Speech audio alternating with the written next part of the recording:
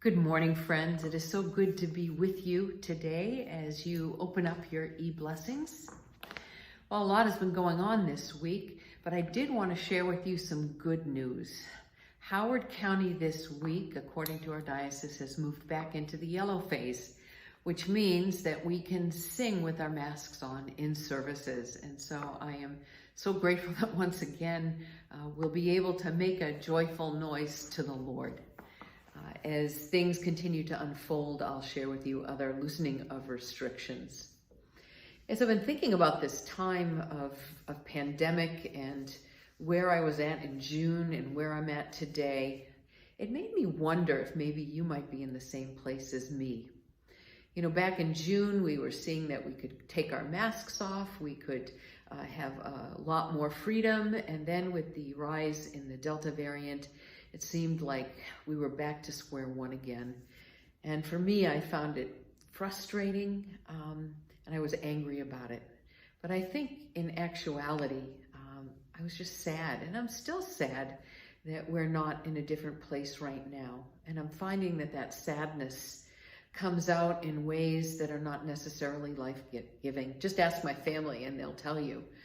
I find that sometimes I am short-tempered, and that I take things personally, and that I don't always see the best in those around me. And for that, I continue to ask for God's forgiveness. And so as we continue to move through this pandemic, it's something that I ask all of you to consider. What ways are you not living into the person that God has called you to be? And I know it's not easy, but we can only do the work with one another and with God's help. And so I'm grateful that I'm able to share this journey with you.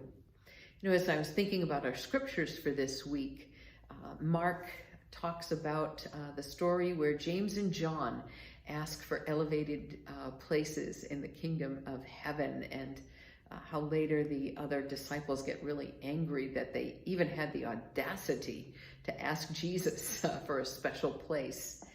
And I think what really struck me, though, was Jesus' response. What do you want? And so that's the question that I leave for you.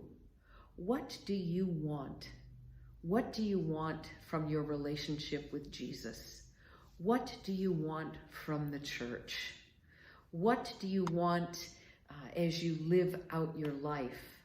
When we're in times like these, I think it's important to ask those questions. What do you want to improve the relationships that you have with those that you care for, with those in your community, those that you go to school with, those that you work with? And so that's the question that I've been holding in my heart this week. What do you want? Well, I look forward to seeing you this weekend. Please know if you have any questions or concerns. You can call me, we can make an appointment, I'll meet you for coffee, or feel free to email me. I am never too busy to make time and space to be in relationship with each and every one of you. So may God continue to bless you, protect you, uphold you, and I look forward to seeing you this weekend. Blessings.